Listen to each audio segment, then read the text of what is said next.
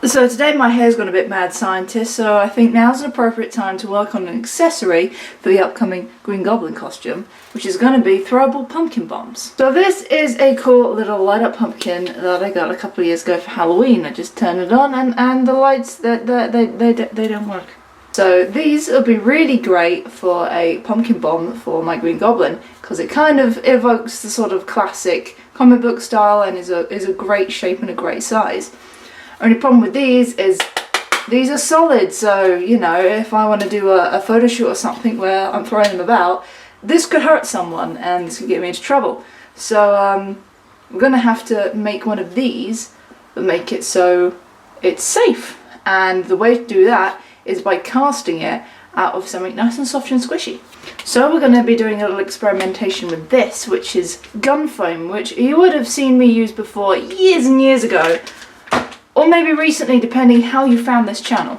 Because gun foam was what I used to make all these segments for my Dr. Octopus tentacles. So they are squishy and lightweight on their own, altogether not so much. But I haven't used it since then, and there's some other stuff that I want to try, including messing about with some pigments. So first up is you're going to want to make a mould of this.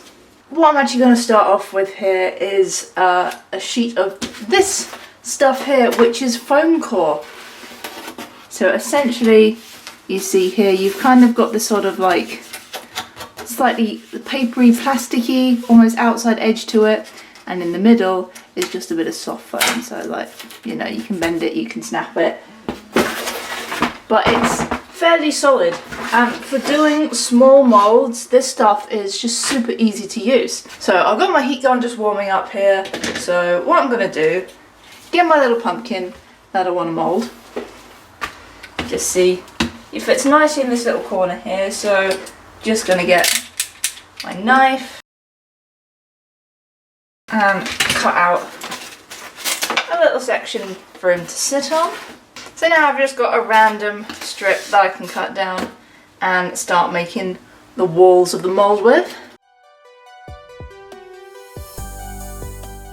You may want to glue it down as well, so I'm actually gonna pop a little double just on the bottom, because if something is really lightweight and you pour silicone on it, it's not glued down, it's just gonna float to the top of the mould, and you're gonna have a really hard time trying to get it to want to go anywhere after that.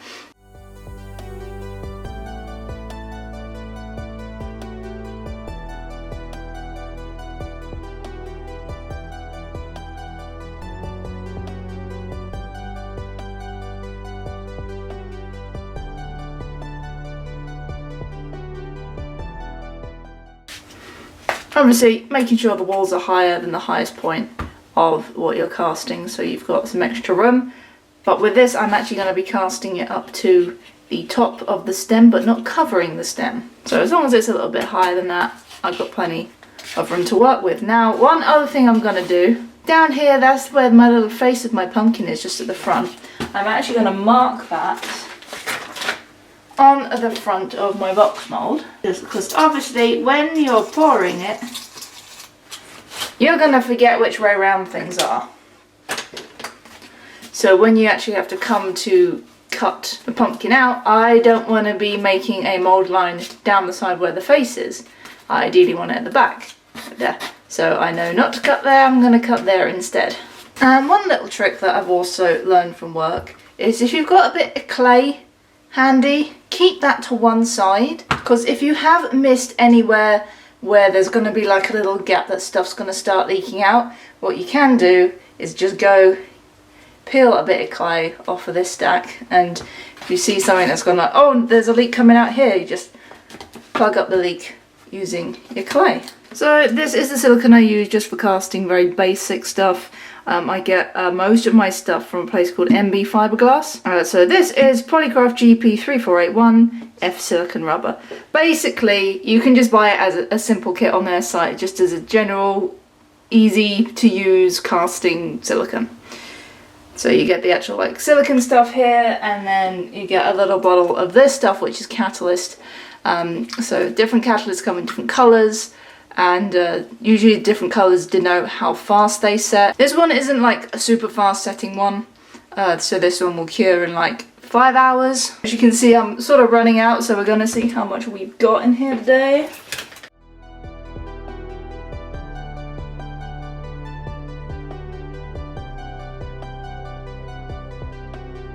Again, the thing with the catalyst about it being coloured as well is that you can tell when it's mixed. You can get stuff that's got very sort of like fast setting stuff, can be a clear catalyst, or if you're using like clear silicone, which I will be using further down the line. See, it's going to be a lot harder to tell when it's mixed. So that's mixed fairly well. Now, I don't have a degasser here, so we're just going to go ahead and pour it straight in. With this stuff taking a bit longer to set, it normally does bring the bubbles out by itself.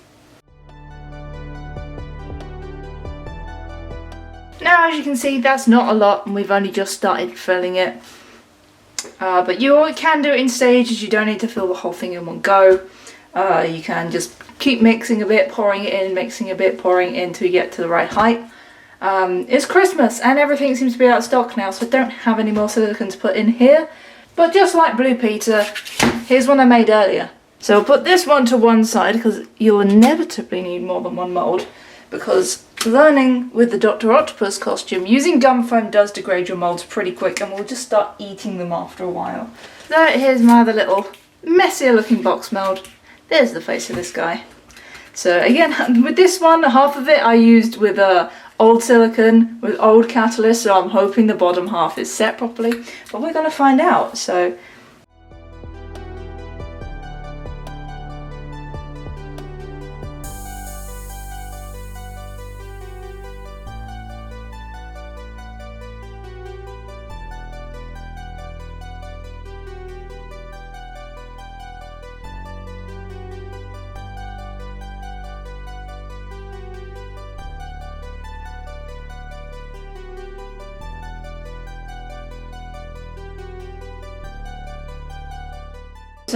what I've gone and done is cut sort of a wiggly line on the outside and then just cut straight through to the piece underneath. Now, unfortunately, there are issues with this one because of the older silicone.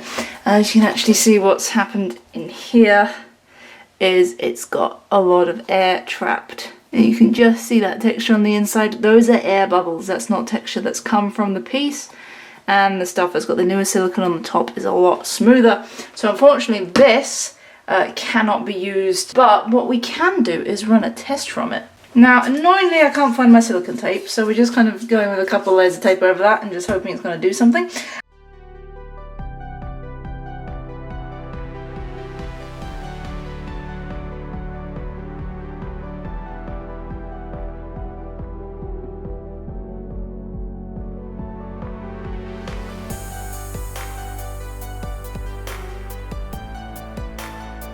So as you can see, this stuff goes off super quick.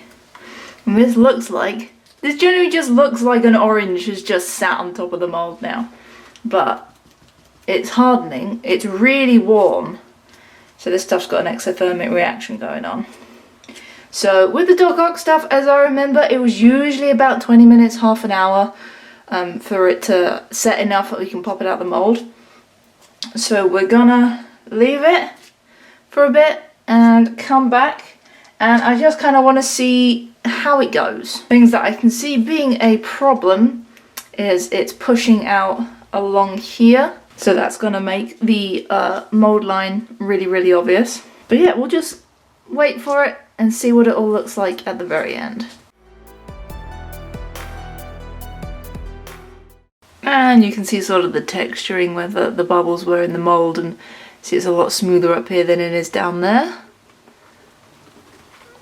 And this is where it was busting through the seam. But there's kind of a proof of concept. That's not too bad. Obviously you'd cut off the excess. I'm kind of digging that. Isn't it? Squishy, it's not tacky, so we know that the tint hasn't affected it in any way like that. So you can kind of see what I'm talking about when I say stuff like this is self-skinning. So obviously all this has been in the mould and the bits where there isn't an actual issue with the mold itself. You can see it's all sort of nice and smooth, nice smooth surface to it. And then you've got bits like the overspill here, which isn't against the surface. That is just sort of like lumpy and dumpy. But it's still like a fairly smooth surface area. But if I just peel this off,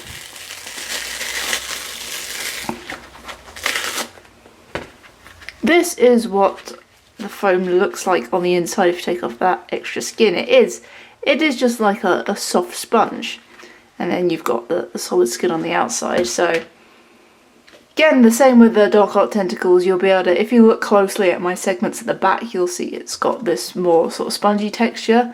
And then like at the front where that front section was in the mold, it's got this nice smooth texture. This time we're gonna tape up the bottom hole, and I'm going to pour it through the top, and then I'm going to see what it looks like if this top section is the only part it can come out of. We might just give this an extra little trim just so it's got a little bit more space which it can work with.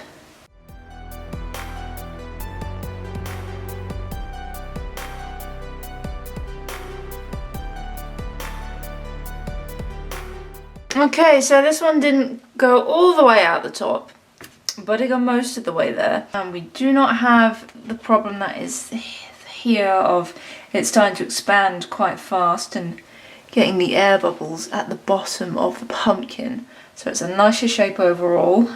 So I think what would be better to do is, if you're gonna cast it, if you do it so it's upside down, and that will be your only pour hole rather than having the bottom. Now, the only issue with that is silicone is back in stock. So I got a nice 5 kilo kit. Our pumpkin is now sitting on its stalk, so it's upside down, glued in place. A little bit wobbly, we won't be moving it about anyway. And I've put some clay to fill in the gaps of, like, you know, where the screws are and the battery pack is on the bottom, as well as, you probably can't quite see it, but on the front as well. I've just put a little bit of clay in there just so you don't get the texture of the glitter that's on there. Just make it a little bit flatter, makes it a bit easier to paint. So I'm just going to do exactly what I showed you previous. I've got a little dreg of silicone out of the last couple of bottles, so we're just going to use our nice fresh one. Fill it up, put this to one side, and we've also got this, which is the prototype piece for the chest, which we're also going to have to cover in silicone. We do have another prototype piece for one of the chest bits in here as well. This one's already set. This is what used up the last of my silicone because it's heavier than I expected. So hopefully we'll have enough to do both, and then once everything is set, we can open up our molds. And for these two pieces, because these are like the prototype foam pieces, what I'm actually going to do is cast some in resin and pull out a resin master copy from the mold, just so in case I have to redo the mold, one, I have one of these which isn't going to rip or something when I pull it out of the mold. It's going to be nice and solid, and two, I can just do a quick clean up on the resin piece. That's easiest to do than clean up on foam to make the actual master mold with.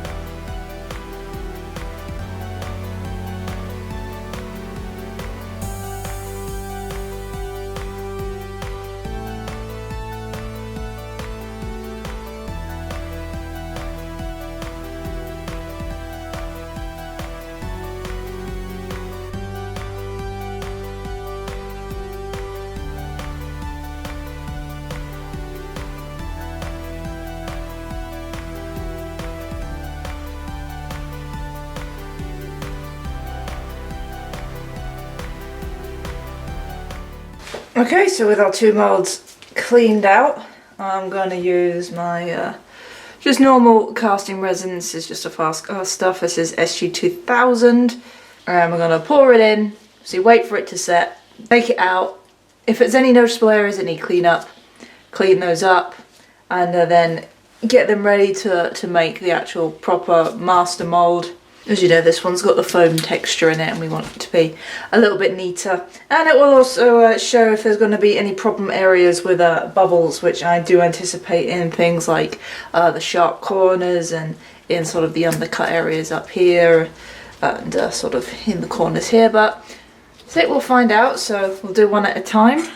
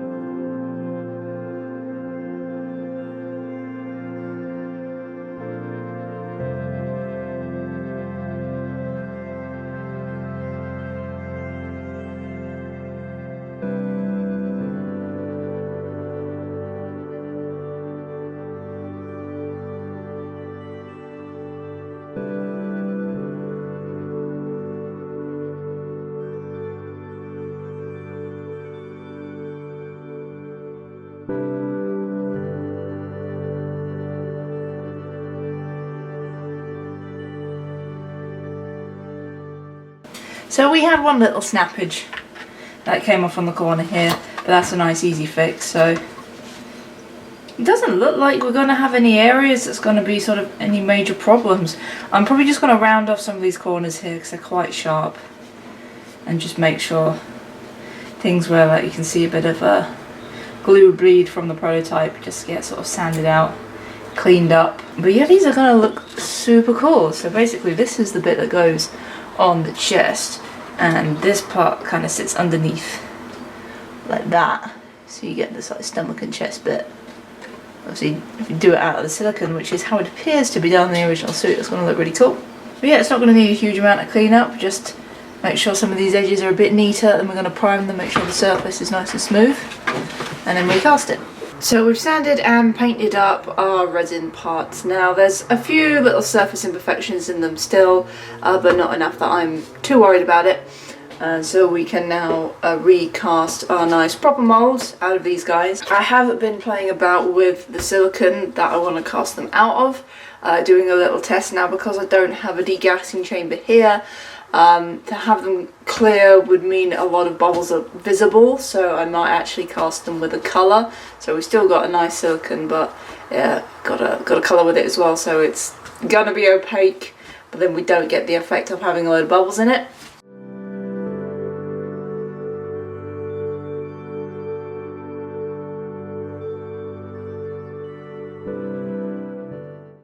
Alright, so these are our 2 moulds now. You can see they're nice and shiny on the inside, so it's a nice smooth surface. A little bit of the paint has sort of adhered to the silicone, but it shouldn't come off. It appears to be sort of like stuck in the silicone. So what we got is some of this release agent. It's a non-silicone based release agent, which means when we're pouring our silicone stuff that we're actually casting into a silicone mould, it should come off with ease. I've got like a little bit of green pigment I'm going to use. Mixed up a little bit of yellow in it just to make it a bit lighter. So I'm actually going to pigment it just so you don't see the bubbles, and we've got a good base colour anyway.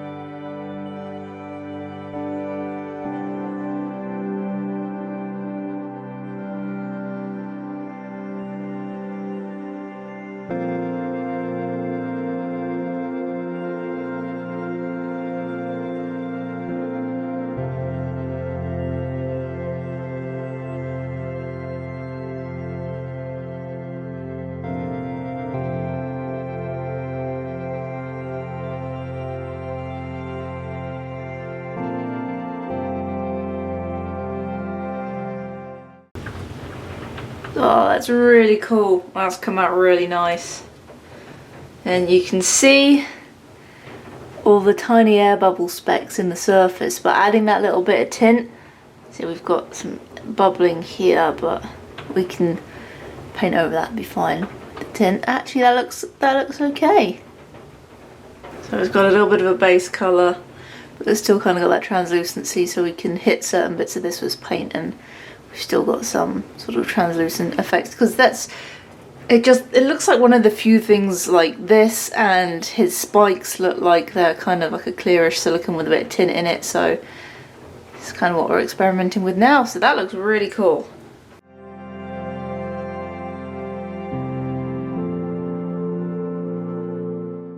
There we go, and there's our bigger chest piece. That's looking really, really cool. See, there's a couple bits we need to trim off.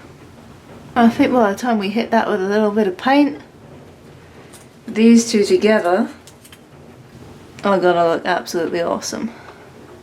So I'll put these guys to one side for now, because I can't do anything with them until I do sort of the chest parts of the suit.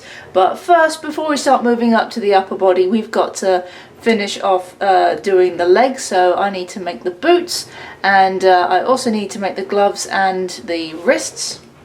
So in part 3 we can work on doing some more casting for the spikes, working on the chest and the shoulders, and finish off the full body.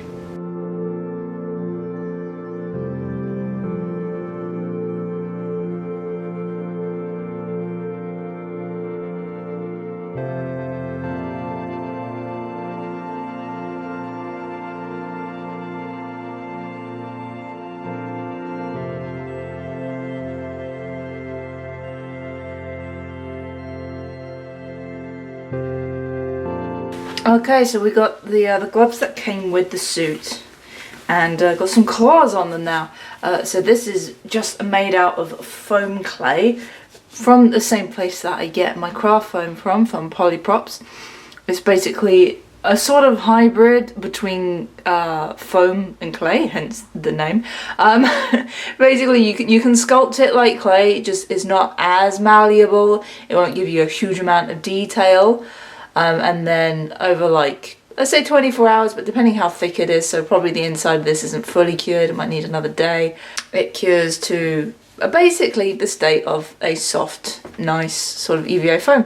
Put my hands in the glove and sort of sculpted it over the finger, doing one at a time. So they're fairly on there. There's no adhesive, that's just the foam clay. They might need a bit of adhesive further down the line, especially when this is like 100% cured. But for now, that's fairly decent.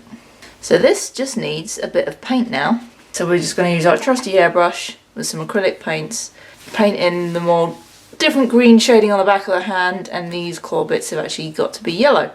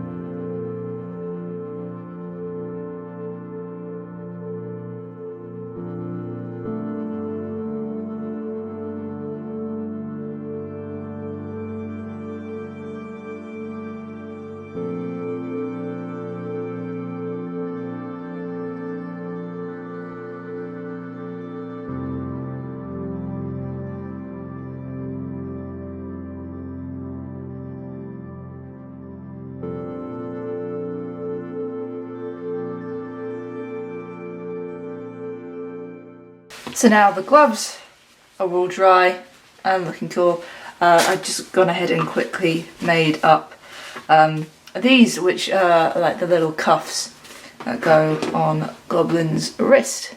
So a lot of the costume is now going to be put together in this way, kind of the same as you saw me do in the first part, doing the Goblin side panels here and these bits there, where it's basically just cutting out the shapes in EVO foam and then covering it with my nice shiny green material. So for this I just cut out the shapes in separate pieces. As you can see, each one is made up of 4 pieces.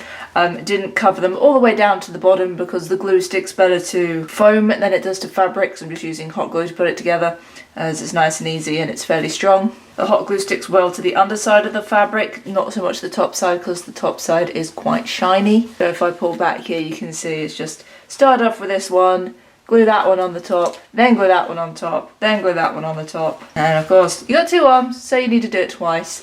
And yeah, we're just gonna go over and do the usual, do a little bit of paint. And then we can go ahead and attach it to the actual wrist of the suit. So what I'm thinking is just getting a strip of Velcro just on the underside here.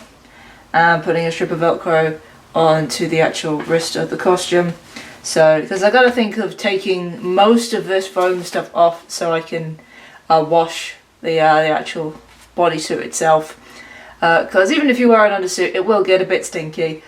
So it will need to be able to be hand washed, obviously not machine washed.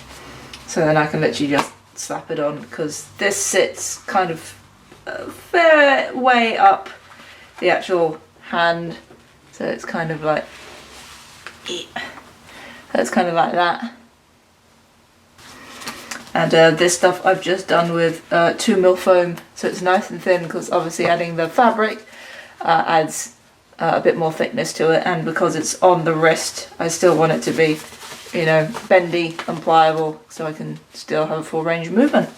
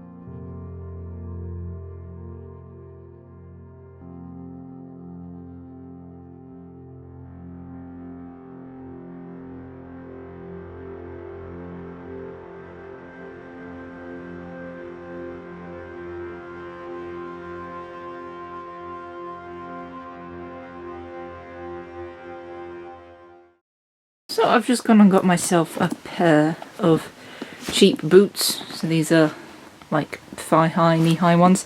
And I'm just going to chop off these belt buckles, because we don't need them. And then figure out how to make boot covers with our fabric. Because I am terrible at making boot covers. So got to do it in a way that's going to look half decent. So it's going to be a bit of trial and error. I'll probably end up doing it in just sections, like focusing on the front here and around the back, and then how to do this bit well enough.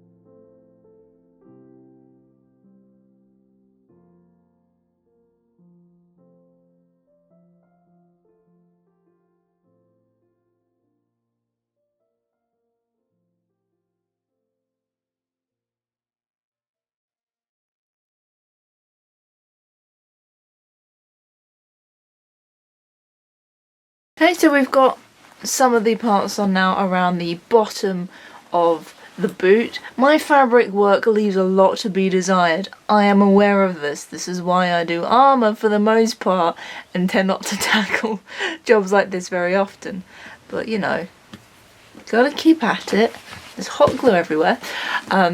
So yeah, so we've got our basic front of the shoe. I've added these two sort of little bits at the front because he's got some raised stuff that looks like it's stitched in, but just used some foam, covered it in with the fabric, and when it looks painted it should look quite nice.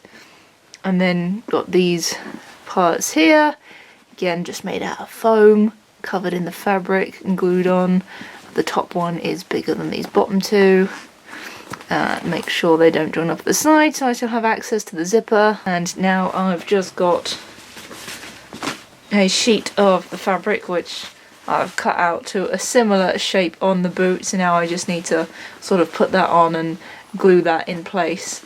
And then we have the base of the boots done, so the next step for these would be to paint them all up properly. And then he's got like these little spiky bits that just go on the front.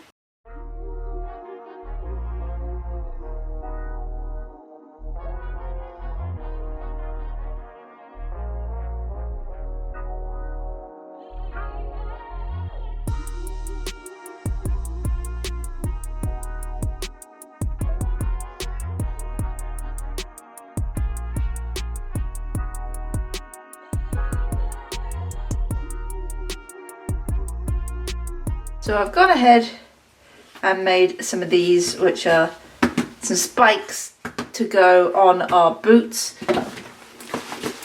now that the boots have got all the material on it. So I made these in the exact same way that I made the claw fingers for the hands, just using the foam clay. I was originally going to sculpt these and cast these out of silicone, but I was worried about how heavy the silicone would be. Even though these are small pieces, silicone can get quite heavy, and if it would just, because it's in an area where it could get knocked quite easily, it could just make them just fall off. So whilst other parts are going to be cast out of silicone, for these parts I just wanted to keep it as lightweight as possible, so I thought it's not going to be as neat, but it doesn't run the risk of getting as damaged as much. So we've got these little guys here. I've got to try and remember which. So that because these are a little bit more sort of textured than the claws ended up turning out, I will seal these with a plastic dip just to try and even out the surface texture a little bit. And then I'm going to glue these onto the boot and then do the usual of grabbing our airbrush paints and airbrushing the boot so it all looks really good and blends into the rest of the costume.